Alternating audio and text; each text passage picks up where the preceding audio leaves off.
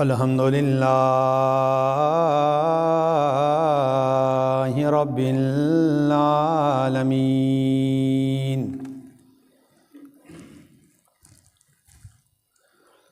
والصلاة والسلام علی سید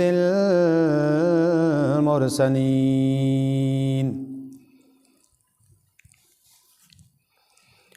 وعلى آلہ وأصحابہ اجمعین۔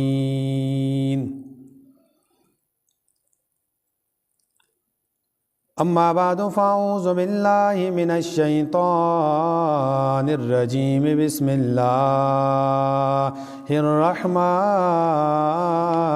الرحیم۔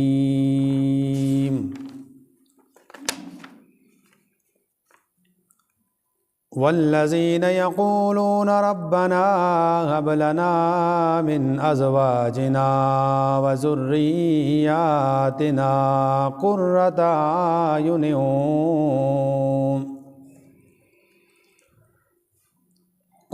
اعین واجعلنا للمتقین اماما۔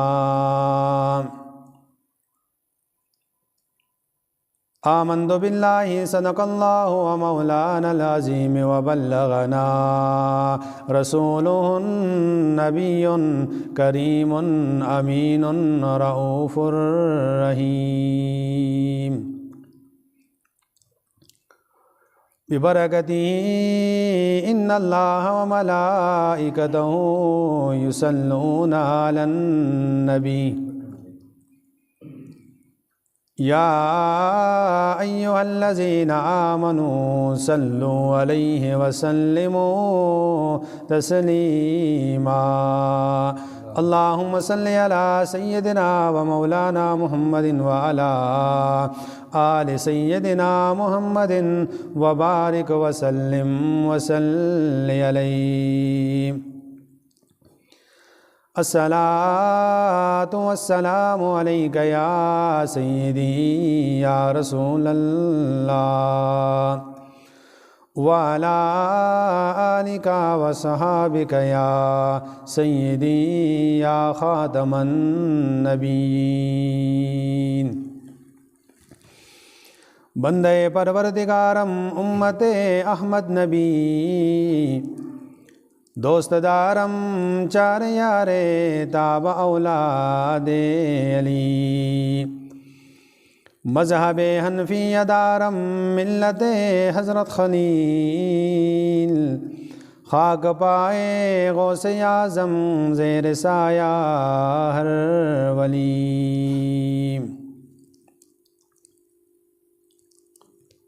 حمد اور درود کے بعد لائق عزت و احترام معزز و مکرم سامعین کرام، السلام علیکم ورحمۃ اللہ وبرکاتہ۔ عزیزان گرامی، قرآن مجید برہان رشید سورہ فرقان کی آیت کریمہ کا ایک حصہ تلاوت کرنے کا شرف حاصل کیا۔ بارگاہ رب العزت میں دعا ہے مولا کریم حق اور سچ بیان کرنے، اس پر عمل کرنے اور دوسرے مسلمان بھائیوں تک پہنچانے کی توفیق عطا فرمائے۔ اللہ رب ذوالجلال اپنے بندوں میں سے جس پر مہربان ہو کر اسے نوازنا چاہے تو اسے علم و حکمت اور عبادت اور ریاضت اور تقوی اور پرہیزگاری کے درجے پر فائز کر دیتا ہے، اور اسے لوگوں کا دینی پیشوا بنا کر اس کا امام بنا دیتا ہے۔ اب جو بندہ دینی پیشوا بن جاتا ہے اس کو دو فائدے ملتے ہیں۔ ایک تو یہ خود علم حاصل کر کے اس کے اوپر جب عمل کرتا ہے تو اس عمل کا اسے اجر و ثواب ملتا ہے، اور دوسرا اس علم کی جب وہ تبلیغ کرتا ہے، لوگوں کی اصلاح کرتا ہے، لوگوں کی تربیت کرتا ہے، اور جب اس سے لوگ اصلاح حاصل کر کے نیکی پر گامزن ہوتے ہیں تو اس کا اجر بھی اس پیشوا کو ملتا ہے۔ لوگوں کی دینی رہنمائی کے لیے اللہ رب ذوالجلال نے انبیاء کرام کو دنیا میں مبعوث فرمایا، اور انبیاء کاملین نے اللہ کے بندوں کو سیدھے راستے کی طرف رہنمائی کی اور انہیں سیدھے راستے پر چلایا۔ رب ذوالجلال نے قرآن مجید میں ان انبیاء کے بارے میں فرمایا، وَجَعَلْنَاهُمْ أَئِمَّةً يَهْدُونَ بِأَمْرِنَا وَأَوْحَيْنَا إِلَيْهِمْ فِعْلَ الْخَيْرَاتِ وَإِقَامَ الصَّلَاةِ وَإِيتَاءَ الزَّكَاةِ وَكَانُوا لَنَا عَابِدِينَ، اور ہم نے انہیں امام بنایا کہ ہمارے حکم سے رہنمائی کریں، ہمارے حکم سے رہنمائی کرتے ہیں، اور ہم نے ان کی طرف اچھے کام کرنے اور نماز قائم کرنے اور زکوٰۃ ادا کرنے کی وحی بھیجی، اور وہ ہماری عبادت کرنے والے تھے۔ سورہ انبیاء میں رب ذوالجلال نے اس بات کو بیان کیا ہے، اور سورہ فرقان میں اللہ تعالیٰ نے اللہ کے بندوں کی اوصاف بیان کرتے ہوئے ارشاد فرمایا، ربنا ھب لنا من ازواجنا وذریاتنا قرۃ اعین واجعلنا للمتقین اماما۔ یہ دعائیہ کلمات رب ذوالجلال نے سورہ فرقان کے اندر بیان فرمائے کہ اے ہمارے رب، ہماری بیویوں اور ہماری اولاد سے ہماری آنکھوں کو ٹھنڈک عطا فرما، یعنی ایسی نیک بیویاں اور صالح اولاد عطا فرما کہ ان کے اچھے اعمال دیکھ کر ہماری آنکھیں ٹھنڈی ہوں، اور ہمیں پرہیزگاروں کا امام بنا، ہمیں ایسا پرہیزگار اور عبادت گزار بنا دے کہ ہم پرہیزگاروں کے پیشوا بننے کے قابل ہوں اور دینی باتوں میں وہ ہماری اقتداء کریں۔ اب یہ دعائیہ کلمات سورہ فرقان میں رب ذوالجلال نے ان لوگوں کے لیے بیان کیا جنہیں عباد الرحمن کہا گیا، اللہ کے بندے کہا گیا، اور گزشتہ 4-5 جمعوں کے اندر اللہ کے نیک بندوں کے جو اوصاف ہم نے بیان کی تھی، اس میں اس آیت کے ضمن میں ہم نے طویل گفتگو آپ کے سامنے پیش کی تھی۔ اب رب ذوالجلال نے پیشوائی اور رہنمائی کا وصف انبیاء کرام کی طرف بیچ کر ان انبیاء کرام کے ذریعے سے اس وصف کو اپنے بندوں کی جانب منتقل کیا۔ تبھی تو حضور صلی اللہ علیہ وسلم نے فرمایا، العلماء ورثۃ الانبیاء، علماء جو ہے یہ انبیاء کے وارث ہیں۔ انبیاء جو ہے وہ وراثت میں درہم و دینار نہیں چھوڑتے بلکہ علم چھوڑتے ہیں، اور علماء اس علم کو حاصل کر لیتے ہیں۔ انبیاء وراثت میں لوگوں کی اصلاح کا ذمہ چھوڑتے ہیں، اور علماء اس ذمے کو پورا کرتے ہیں۔ یقیناً اسلامی تاریخ کے اندر بڑے بڑے عالم گزرے، بڑے بڑے متقی پرہیزگار، مجتہد، محدث، مفکر اور دین کی تشریحات کرنے والے لوگ گزرے۔ انہی میں سے ایک نام امام اعظم ابو حنیفہ کا بھی ہے، جس کے فقہ کے اوپر ہم چلتے ہوئے حنفی کہلاتے ہیں، کہ جو بغداد کے مشہور شہر کوفہ میں سن 80 ہجری کو پیدا ہوئے۔ یہ وہ زمانہ تھا کہ جب اکابر صحابہ اکرام ابھی زندہ تھے، تابعین کا دور تھا، اور امام اعظم ابو حنیفہ بہت بڑے تابعی تھے، یعنی وہ ہستی تھے کہ جنہوں نے صحابہ کرام کو دیکھا ہو اسے تابعی کہتے ہیں، جنہوں نے صحابہ کرام سے فیض پایا ہو اسے تابعی کہتے ہیں، اور امام اعظم ابو حنیفہ تابعین میں سے شامل تھے کیونکہ انہوں نے صحابہ کرام کا دور پایا۔ اور آپ کے والد اور آپ کے دادا کو مولا المسلمین حضرت سیدنا علی کرم اللہ وجہ الکریم نے برکت کی دعا بھی دی تھی۔ امام اعظم ابو حنیفہ اس گھرانے میں سے تھے کہ جس گھرانے نے صحابہ کی خدمت کی، اور حضرت علی رضی اللہ تعالیٰ عنہ نے ان کے والد اور ان کے دادا کو برکت کی دعا دی تھی۔ امام اعظم ابو حنیفہ نے مختلف علاقوں کا سفر کرتے ہوئے تقریباً 4000 کے قریب صحابہ کرام اور ائمہ دین سے دین حاصل کیا، یعنی آپ کے 4000 اساتذہ ہیں۔ علم اتنا حاصل کیا کہ آپ کے جو اساتذہ کو جب علماء نے جمع کیا ان میں صحابہ کرام بھی شامل تھے، بڑے بڑے تابعین بھی شامل تھے، تو ان کی تعداد 4000 کے قریب بنتی ہے۔ اور امام اعظم ابو حنیفہ امام حسن کے پوتے امام محمد بن باقر سے بھی انہوں نے علم دین سیکھا، یعنی ڈائریکٹ اہل بیت کے گھرانے سے علم حاصل کرنے والی شخصیت امام اعظم ابو حنیفہ کی ہے۔ اور آپ نے ہی سب سے پہلے فقہی اصول بنائے۔ اس سے پہلے ظاہر ہے کہ لوگ قرآن اور حدیث کی جانب رجوع کرتے تھے، قرآن کو سمجھتے تھے، حدیث کو سمجھتے تھے، بڑے بڑے عالم، بڑے بڑے فقی موجود تھے۔ صحابہ کا دور تھا کہ جنہوں نے حضور علیہ السلام سے ڈائریکٹ قرآن کی آیت لی کہ جو وحی کے ذریعے آپ کی طرف نازل ہوئی، اور ڈائریکٹ حضور علیہ السلام سے حدیثیں سنی۔ لیکن اس کے بعد جب تابعین کا دور آیا، صحابہ کرام دنیا سے کوچ کر گئے، تو اس وقت ایسا کوئی بندہ موجود نہیں تھا کہ جس نے ڈائریکٹ حضور سے حدیث سنی ہو، یا ڈائریکٹ آپ پر جو وحی نازل ہوئی اس کے اثرات دیکھے ہوں اور وہی آپ کی جانب منتقل ہوئی ہو۔ تو امام اعظم ابو حنیفہ نے سب سے پہلے فقہی اصول مرتب کیے، اور امام اعظم ابو حنیفہ کا وصال 2 شعبان المعظم 150 ہجری میں ہوا، اور وہی شعبان کا مہینہ تھا، اور آج شعبان کی پہلی تاریخ ہے۔ تو انشاءاللہ آج کے خطبے میں امام اعظم ابو حنیفہ کی سیرت آپ کے سامنے اس حوالے سے پیش کریں گے کہ امام اعظم کو رب ذوالجلال نے کتنے عظیم مقام اور مرتبے سے نوازا تھا، کہ آج ہم اس کے فقہ کے اوپر عمل کرتے ہیں، بلکہ دنیا کی اکثریت مسلمان جو ہے وہ فقہ حنفیہ کے اوپر چلتے ہوئے اپنے دینی عبادات، نمازوں، روزوں، زکوٰۃ، حج وغیرہ کے مسائل کے اوپر کیا کرتے ہیں؟ عمل کرتے ہیں۔ تو اسی مناسبت سے آج اس امام کا تذکرہ خیر آپ کے سامنے کریں گے۔ حضور نبی کریم صلی اللہ علیہ وسلم نے امام اعظم ابو حنیفہ کے پیدا ہونے کی بشارت ان کے پیدا ہونے سے کئی سال جو ہے پہلے دے دی تھی۔ دو عالم صلی اللہ علیہ وسلم نے سلمان فارسی کو ان الفاظ کے ساتھ مخاطب کیا۔ سلمان فارسی فرمایا، حضور نے میرے کندھے کے اوپر ہاتھ رکھا، فرمایا لو کان علی ایمان عند الثریا انا لہو رجال او رجل من ہؤلاء، اگر علم اور دین اور ایمان ثریا ستارے کے پاس بھی ہوگا تو اہل فارس میں سے کچھ لوگ اس کو وہاں سے پا لیں گے۔ تو حضور نے فرمایا کہ اگر ایمان اور علم ثریا ستارے کے پاس بھی چلا جائے گا تو فارس کے اندر سے کچھ لوگ ایسے ہوں گے کہ جو اس علم اور اس ایمان کو وہاں سے کیا کر لیں گے؟ نکال لیں گے۔ اسی طرح دادا گنج بخش علی حجویری رحمۃ اللہ علیہ نے اپنی کتاب کشف المحجوب کے اندر امام اعظم ابو حنیفہ کی سیرت کے بارے میں بہت ساری باتیں بیان کی تھی۔ آپ فرماتے ہیں کہ امام صاحب شروع میں دنیا سے بالکل بے رغبت ہوئے، ایک گوشے نشینی اختیار کی، ایک کونے میں جا کر بیٹھ کر اللہ کی عبادت شروع کی، بالکل دنیا سے بے نیاز ہوئے۔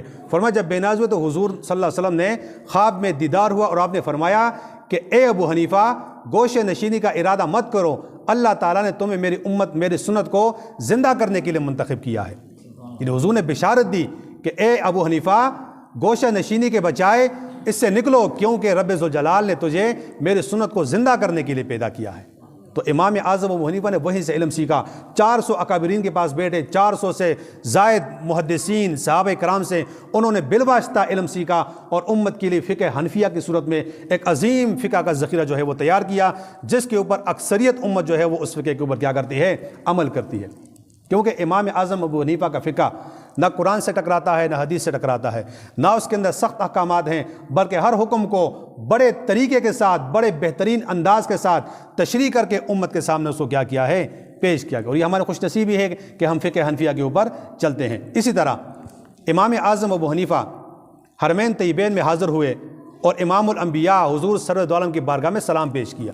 اب دیکھیے مقام کیا تھا۔ حضور نے فرمایا کہ تجھے میری سنت کو زندہ کرنے کے لیے منتخب کیا، اور دادا صاحب فرماتے ہیں کہ حلیۃ الاولیاء میں اس کا ذکر شیخ فرید الدین عطار نے بھی کیا ہے۔ وہ فرماتے ہیں کہ جب حضور کے بارگاہ پہ پہنچے، کہا السلام علیکم یا سید المرسلین، کہ اے رسولوں کے سردار آپ پر سلام ہو۔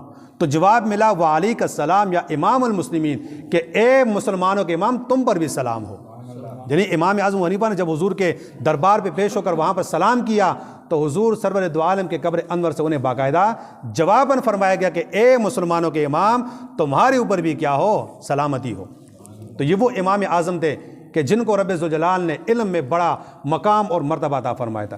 جہاں ان کا علم کے اندر مقام اور مرتبہ ہے، وہیں پر ان کا علم کے ساتھ محبت، علماء کے ساتھ محبت، علم کو سیکھنے والوں کے ساتھ محبت بھی جو ہے وہ کمال درجے کی تھی۔ امام ابو مالک بہت بڑے عالم اور فقی گزرے۔ وہ فرماتے کہ میں یتیم تھا، ایک بھائی تھا اور میری 6 بہنیں تھیں۔ فرمایا والد میرا فوت ہوا، والدہ نے مجھے وہ جو دھوبی ہوتا ہے نا کپڑے دھونے والا، اس کے پاس مجھے بھیجا کہ کپڑے بھی دھوئے گا، کپڑے دھونے کا طریقہ سیکھے گا اور گھر کا چولہا جلائے گا۔ فرمایا جب میں دھوبی کے پاس گیا تو اس نے مجھے 3 دینار مزدوری کے طور پر مجھے اپنے پاس مقرر کر دیا۔ فرمایا جب میں گزرتا تو راستہ میں امام صاحب کا مدرسہ بھی آتا، جب میں مدرسے کے پاس سے گزرتا وہاں میں چمکتے چہرے دیکھتا، وہاں پر میں دین سیکھنے والوں کو دیکھتا، امام صاحب کو دیکھتا تو میں وہیں پہ کھڑا ہو جاتا، دروازے میں کھڑا ہو کے میں ساری باتیں سنتا، شام ہوتی پھر گھر کو چلاتا۔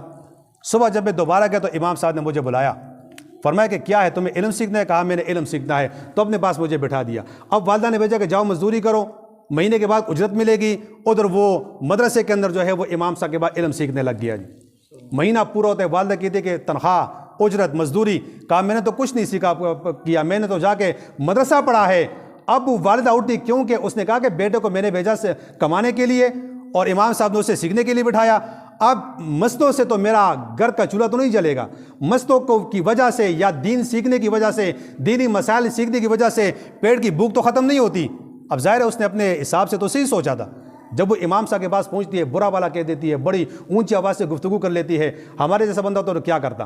امام صاحب نے صبر و تحمل سے اس کی باتیں سنی، عورت سے کہا کہ غلطی میری ہے کہ میں نے اسے اپنے بات سیکھنے کے لیے بٹھایا، لیکن اس کا ازالہ بھی میں ہی کروں گا جب تک تیرا بچہ علم سیکھا کہ تیرے گھر کا خرچہ میں اٹھاؤں گا۔ امام صاحب رئیس تھے، غریب نہیں تھے، بڑے مالدار تھے، کاروباری شخصیت تھے۔ جب اپنا لباس پہن کے گلی محلے میں نکلا کرتے تھے تو لوگ بادشاہ کو دیکھنے کے بجائے امام صاحب کو دیکھا کرتے تھے۔ اتنا بہترین لائف سٹائل تھا امام بخاری، امام اعظم ابو حنیفہ کا، اتنی بہترین اور عالیشان زندگی گزارا کرتے تھے۔ اور اس نے کہا تمہارا خرچہ کتنا ہے؟ تو اس نے کہا کہ میرا گھر کا خرچہ تو مشکل سے 100 یا 50 درہم ہوتے تھے۔ اس نے کہا 400 درہم میرا خرچہ ہے گا، 400 درہم تجھے ملیں گے، ہر مہینے کے بعد ملیں گے۔ اور 40 سال تک لگاتار امام اعظم نے امام ابو مالک کی والدہ کو خرچہ عطا کیا اس کے گھر کا، کہ تیرا بیٹا پڑھے گا، اس کا خرچہ میں عطا کروں گا۔ آج ایسا کوئی بندہ ہے کہ جو دین والوں کے ساتھ اتنی محبت رکھتا ہو؟ آج ایسا کوئی بندہ ہے کہ جو دینی مدارس کے ساتھ یا دینی مدارس کے اندر پڑھانے والوں کے ساتھ یا دینی مدارس کے اندر پڑھنے والوں کے ساتھ کہ یہ دین سیکھتا ہے، دین سکھاتا ہے، دین کے ساتھ یہ بندہ منسلک رہتا ہے، تو چلو اگر یہ دین سکھاتا ہے تو میں اس کی مدد کروں گا۔ ایسا معیار تو ہمارے پاس نہیں ہے۔ ہم تو جب مدرسے کے لیے چندہ بھی مانگتے ہیں تو 10 روپے کو 50 روپے کا نوٹ دے کے ہم جان چھڑا لیتے ہیں کہ چلو جی ہم نے بہت بڑا کام کر دیا۔ یہ تو اللہ کی طرف سے عنایت ہوتی ہے۔ امام صاحب نے 40 سال تک امام ابو مالک کا خرچہ اٹھایا اور اس کے والدہ سے کہا کہ تیرا بیٹا جب پڑھے گا یہ بھوکا نہیں رہے گا بلکہ یہ بادشاہوں کے ساتھ تخت کے اوپر بیٹھ کر کھانا کھائے گا۔ علم تو بہت بڑی وراثت ہوتی ہے انبیاء کی۔ یہ تو جو پڑھتا ہے، جو سمجھتا ہے، اسے پتہ ہوتا ہے۔ جس نے پڑھا نہیں، اس کو علم کی اہمیت کا کیا پتہ ہوتا ہے۔ اب والدہ کہتی امام صاحب کی بات میرے ذہن کے اندر ہے کہ میرا بیٹا علم پڑھے گا، دین حاصل کرے گا اور بادشاہوں کے ساتھ بیٹھ کے کھانا کھائے گا۔ وقت گزرتا ہے، امام ابو مالک وقت کے بڑے محدث بنتے ہیں، کوفہ چلے جاتے ہیں۔ ہارون الرشید کا دور ہے اور ہارون الرشید کی جو زوجہ تھی نا بلقیس، زبیدہ، ملکہ زبیدہ، وہ علماء سے بڑی محبت کیا کرتی تھی۔ امام مالک جب اس کے دربار میں پہنچے، بڑے فقیہ بنے اور ہارون الرشید نے انہیں اس وقت کا جو ہے وہ قاضی مقرر کر دیا۔ جب قاضی مقرر کیا تو جب ان کے پاس گئے تو اس وقت ہارون الرشید اپنے تخت کے اوپر بیٹھ کر کھانا کھا رہے تھے۔ امام صاحب سے کہا کہ آؤ آپ بھی میرے ساتھ کھائیے جی۔ امام صاحب تخت پر بیٹھتے ہوئے والدہ کو پیغام بھیجتے ہیں کہ والدہ آؤ دیکھو کہ میں بغداد کا قاضی بن چکا ہوں۔ والدہ جب ہارون الرشید کے محل میں آتی ہے، یہ عین وہی لمحہ تھا کہ جب امام مالک تخت کے اوپر بادشاہ کے ساتھ کھانا کھا رہے تھے۔ وہاں پر روئی، سجدے میں گری تو بیٹے نے کہا والدہ تو روتی کیوں؟ یہ تو خوشی کا مقام ہے کہ میں بغداد کا قاضی بن چکا ہوں، میں اسلامی ریاست کا قاضی بن چکا ہوں۔ فرمایا روئی اس لیے ہوں کہ تمہارے استاد کے الفاظ مجھے یاد آ چکے ہیں۔ اس نے کہا کہ عورت تو پریشان نہ ہو، تیرا بیٹا جب دین پڑھے گا تو یہ بادشاہوں کے ساتھ تخت کے اوپر بیٹھ کر کھانا کھائے گا۔ تو آج میں نے اس بات کو اپنے سامنے دیکھ لیا ہے۔ تو علم جو بندہ پڑھتا ہے، علم والوں کے ساتھ جب محبت رکھتا ہے، جب علم کے لیے وہ کوشش کرتا ہے تو اللہ اسے کتنا بڑا مقام دیتے۔ امام صاحب جو ہے وہ دراندیش تھے، ولی کامل تھے۔ تبھی تو جب امام صاحب کا وصیت کے ماتھے کے اوپر لکھا ہوا تھا یا ایتھا النفس المطمئنہ ارجعی الی ربک راضیۃ مرضیہ فادخلی فی عبادی وادخلی جنتی۔ یہ قرآن مجید میں 30 پارے کی سورت کے آخری الفاظ ہیں۔ امام صاحب کے پیشانی پہ قدرتی طور پہ لکھے جا چکے تھے کہ اے نفس مطمئنہ، اللہ کے پاس اس حالت میں آ کہ اللہ تجھ سے راضی ہے، تو اللہ سے راضی ہے، تو اس کی رحمت میں داخل ہو جا، اس کے جنت میں داخل ہو جا۔ تو امام صاحب نے زندگی اس پائے کی علم کے ساتھ محبت رکھتے ہوئے گزاری۔ غریبوں کا درد بھی آپ نے بہت بڑا رکھا۔ روایت میں ہے کہ کوفہ کا ایک امیر شخص غریب ہو جاتا ہے، وقت گزرتا ہے، انسان پر وقت پوری زندگی ایک جیسا نہیں رہتا۔ اگر ایک بندہ غریب ہے تو وہ ہمیشہ غریب تو نہیں رہتا، اللہ کی رحمت ہوتی ہے مالدار بن جاتا ہے۔ ایک بندہ اگر مالدار ہے تو وہ مالداری پہ غرور و گھمنڈ بھی تو نہ کرے، اللہ اگر چاہے تو اسے غریب بنا دیتا ہے۔ کتنی مثالیں ہمارے سامنے موجود ہیں معاشرے کے اندر۔ کتنا بہترین بندہ ہوتا ہے، عالیشان زندگی گزارتا ہے، وقت کی جب بازی پلٹتی ہے تو وہ فقیر بن جاتا ہے، مانگنے پہ مجبور ہو جاتا ہے۔ اس لیے کہتے ہیں کہ نہ دولت پہ شہرت کرو، نہ اپنے منصب پہ غرور کرو، نہ اپنے علم پہ غرور کرو اور نہ اپنے تقوی اور پرہیزگاری پہ غرور، ہمیشہ عاجزی اختیار کرو، کیونکہ عاجزی کے اندر ہی تمہارے لیے اللہ نے بلندی رکھی ہے۔ تو وہ امیر آدمی جب غریب ہوتا ہے کہتا ہے کہ میں غریب ہوا، میرے پاس کچھ ہے نہیں، تو یہ غریبی بھی کہتا ہے کہ بہت بڑی آزمائش ہوتی ہے اللہ کی جانب سے۔ اب کہتے ہیں کہ جب محلے کے اندر سے گزرا فروٹ والا، اس نے صدا لگائی، میرے بچی نے کہا کہ آج تو میں نے انار کھانا ہے۔ اب وہ کہتے ہیں میرے پاس تو کچھ ہے نہیں، اب میں کیا کروں؟ بیٹی نے فرمائش بھی تو کی ہے، کہا چلو امام صاحب کے پاس چلو، امام صاحب میری مدد کریں گے۔ امام صاحب کے پاس جب آتے ہیں تو امام صاحب تو مسئلوں کے اندر مصروف ہیں، علم دین کی مجلس ہوتی ہے، اور ولی جو ہوتا ہے وہ دور اندیش ہوتا ہے، وہ آنے والے کی نیت کو سمجھے کہ بندہ کس نیت سے میرے پاس آیا ہوا ہے۔ فرمایا نے کہا یہ تو امام صاحب ہے، اس کے پاس تو درس لگا ہوا ہے، لوگ دین سیکھ رہے، تو میں اگر بات کروں گا تو ان کی مجلس خراب ہو جائے گی، واپس چلا جاتا ہے۔ پیچھے بندہ کہ جاؤ اس کو بلا کے لے کے آؤ۔ اس بندے کو بلایا گیا، کہا تیرا کیا مسئلہ ہے؟ کہا کہ میں کچھ مانگنے کے لیے آیا تھا۔ تو فرمایا تو ویسے کیوں چلا گیا؟ تو فرمایا آپ مصروف تھے تو اس لیے میں واپس چلا گیا۔ کہا یہ لو اشرفیوں کی 4 تھیلے اسے پکڑا دی، ہر تھیلے کے اندر 400 اشرفیاں موجود تھیں۔ اس پائے کی جو سخاوت تھی، اس پائے کا غریبوں کے ساتھ درد تھا امام صاحب کا، تبھی تو رب ذوالجلال نے انہیں اتنا بڑا مقام دیا۔ آئے ذرا امام صاحب کی تقوی پرہیزگاری کو بھی دیکھتے ہیں۔ امام اعظم وہ بڑے متقی پرہیزگار تھے، کہتے کہ عالم جتنا بڑا ہوتا ہے اتنا وہ متقی پرہیزگار بھی ہوتا ہے۔ حضرت ابن مسعود فرماتے کہ جو زیادہ بولے وہ عالم نہیں ہوتا، جو زیادہ متقی پرہیزگار ہوتا ہے وہ عالم ہوتا ہے۔ عالم کا تقوی پرہیزگاری اس کے علم کی دلیل ہوتا ہے۔ فرمایا جو لمبی لمبی تقریریں کرے، زیادہ بولے، زیادہ گفتگو کرے، زیادہ اس کے بعد دلائل ہوں، زیادہ وہ لمبی چوڑی گفتگو کرتا ہو، لیکن وہ متقی پرہیزگار جب نہیں ہوتا، فرمایا وہ عالم ہی نہیں ہے۔ جو عالم ہوگا کم بولے گا، زیادہ متقی پرہیزگار وہ بنے گا۔ تو امام صاحب کا تقوی، وہ تو بڑے لوگ تھے نا، بڑے عالم تھے، ان کا تقوی اور ہماری تقوی پرہیزگاری کس لیول کی ہے؟ پھر ذرا اس بات کو لے کر ہم اپنی تقوی پرہیزگاری کو بھی سوچتے ہیں۔ فرمایا کہ ایک بندہ اس کے پاس گیا ملنے کے لیے، اور اس وقت وہ کسی علاقے میں موجود تھے، رات عشاء کی نماز پڑھ رہے تھے۔ جو امام صاحب نے اس نے نماز میں سورہ زلزال پڑھی، فَمَن يَعْمَلْ مِثْقَالَ ذَرَّةٍ خَيْرًا يَرَهُ وَمَن يَعْمَلْ مِثْقَالَ ذَرَّةٍ شَرًّا يَرَهُ۔ رب نے فرمایا کہ چھوٹی سی چھوٹی نیکی بھی تمہارے سامنے ظاہر ہوگی، اور چھوٹے سے چھوٹا گناہ بھی تمہارے سامنے ظاہر ہوگا۔ اگر تم معمولی سی نیکی بھی کرتے ہو تو ایک دن وہ نیکی بھی تمہارے سامنے اللہ کے حضور پیش ہوگی، اس نیکی کا تمہیں اجر ملے گا، اور معمولی سا گناہ بھی ہوگا نا، اس کا بھی تمہیں واپس نقصان ملے گا۔ نہ تم نیکی سے بچ سکو گے، نہ تم گناہ سے بچ سکو گے۔ فرمایا امام صاحب نے یوں داڑھی پکڑی اور بیٹھ گیا جی نماز کے بعد۔ میں نے کہا شاید کوئی مسئلہ سوچ رہا ہوگا۔ فرمایا میں گیا 2-3 گھنٹوں کے بعد پھر ویسے بیٹھے ہوئے ہیں جی، پریشانی کے عالم میں۔ فرمایا تہجد کا وقت ہوا، پوری رات گزری، امام صاحب ویسے بیٹھے ہوئے، آنکھوں سے آنسو جاری ہے۔ تو فرمایا جب مجھ پر نگاہ پڑی کہ بندے تو کیا کرتا ہے؟ فرمایا میں تو رات سے انتظار کر رہا ہوں کہ میں نے آپ سے کچھ پوچھنا ہے، اور آپ اتنے مدہوش ہو کے بیٹھ چکے ہو۔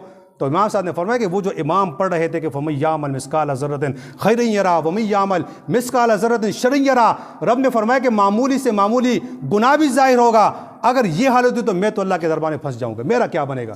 اے اللہ امام صاحب کا کیا بنے گا؟ امام اعظم ابو حنیفہ کا کیا بنے گا؟ دین تو میں نے سیکھا، دین تو میں نے پڑھایا، لیکن میرے اعمال کو تو مجھے پتہ ہے، اگر اللہ نے پائی پائی کا حساب شروع کیا تو میرا کیا بنے گا؟ فرمایا اس کیفیت میں اللہ کے حضور کے سامنے بیٹھے رہے، اور اس بندے سے کہا کہ میرا راز ہوتے سامنے کچھ کسی اور کو بتانا نہیں ہے۔ تو بندے نے کہا حضور میں تو بے فکر زندگی گزارتا ہوں، مجھے تو کسی چیز کی پرواہ نہیں ہے۔ فرمایا کیا پتہ تو نیک ہو، مجھے تیرے بارے میں تو پتہ نہیں ہے کہ تو کتنا پرہیزگار ہے، کتنا متقی ہے، مجھے تو اپنے بارے میں سارا کچھ پتہ ہے، لہٰذا اس بات نے مجھے پریشان کر دیا ہے۔ آج تو ہم قرآن بھی سنتے ہیں، حدیث بھی سنتے ہیں، ہمارے سامنے دینی باتیں بھی بیان کی جاتی ہیں، ہم روز جو ہے وہ ہر قسم کے گناہ کی اس نحوست سے بھی واقف ہوتے ہیں، لیکن پھر بھی ہم اتنی دلری سے گناہوں کی جانب جاتے کیوں ہیں؟ ہمارے ایمان نے تو ہمیں یہ درس دیا ہے کہ متقی پرہیزگار ایسے بنو کہ تمہارے اندر تقوی پرہیزگاری اس لیول کی ہو کہ تم گناہ کی جانب تو جانا دور، گناہ کی جانب تمہاری نظر بھی نہ چلی جائے۔ یہ تو امام نے ہمیں درس دیا کہ جس کے فقہ کے اوپر ہم عمل کرتے ہیں، اور ان کی زندگی ہمارے لیے مشعل راہ اس لیے بھی ہے کہ ان بڑے ائمہ نے کہ جنہیں متقی پرہیزگار، جنہیں ولایت کا مقام مل چکا تھا، پھر بھی وہ اتنے زیادہ پریشان ہوتے تھے۔ علم کا تو یہ معیار ہوتا ہے۔ آج ہم نے علم کو کس کھونے میں رکھا ہوا ہے؟ علم کی بات ہوتی ہے، کوئی سیکھتا نہیں ہے، کوئی سنتا نہیں ہے، کوئی سمجھتا نہیں ہے۔ ہم کہتے ہیں چلو زندگی تو ہم نے گزارنی ہے، لیکن جب ہم علم حاصل کریں گے، علم کے مطابق ہماری نمازیں ہوں گی، اس نماز کا ہمیں ثواب ملے گا۔ علم کے مطابق ہماری عبادات ہوں گی، اس عبادت کا ہمیں اجر ملے گا۔ علم کے مطابق ہمارے کاروبار ہوں گے، اس کے اندر برکتیں ہوں گی۔ علم کے مطابق گھر میں زندگی گزاریں، گھر کے اندر برکتیں ہوں گی۔ علم کے مطابق اپنے محلے میں، گاؤں میں وقت گزاریں گے، وہاں سے ہمیں برکتیں ملے گی۔ تو امام صاحب کی تعلیمات ہمیں اس بات کا درس دیتی ہے کہ دین کے ساتھ شوق رکھو، تقوی پرہیزگاری اختیار کرو، اور اللہ کا خوف تمہارے دل کے اندر ہونی چاہیے۔ انما یخشی اللہ من عبادہ العلماء، رب نے فرمایا کہ اللہ سے ڈرنے والے تو عالم ہی لوگ ہیں۔ جس کے پاس علم ہے وہی اللہ سے ڈرے گا، جس کے پاس علم نہیں تو وہ ڈرے گا کس سے؟ اگر ہمیں پتہ ہے کہ اس راستے پہ جائیں گے تو آگے نقصان ہو جائے گا، تو راستے پہ نہیں جائیں گے، راستہ بدلیں گے۔ پتہ ہے نا کہ وہاں پر نقصان ہوگا، اب کسی کو پتہ ہی نہیں ہے تو ظاہر ہے وہ اسی راستے کی جس سے مت جائے گا۔ تو اس لیے علم ہی جو ہے ہمارے نجات کا ذریعہ ہے، علم کے سوا ہماری نجات جو ہے وہ بالکل ناممکن ہے۔ ایک بندہ یہ سوچا کہ میں بہت بڑا آدمی بن گیا اور میں دین نہ سیکھوں تو کوئی مسئلہ نہیں ہے، واسطہ تو ہمارا دین سے ہی پڑھنا ہے۔ جب دنیا سے جائیں گے تو کہاں جائیں گے؟ دین من ربو کا من دینوں کا ما کنت تقول فی حق حاضر رجل۔ اللہ کریم کے جناب دعا کہ اللہ کریم ہمیں صحیح معنوں میں اپنے اکابرین کی سیرت پر چلنے کی اور دین کا علم شوق کے ساتھ حاصل کرنے کی ہمیں توفیق عطا فرمائے۔ وما علینا الا البلاغ المبین۔ سنت ادا کریں۔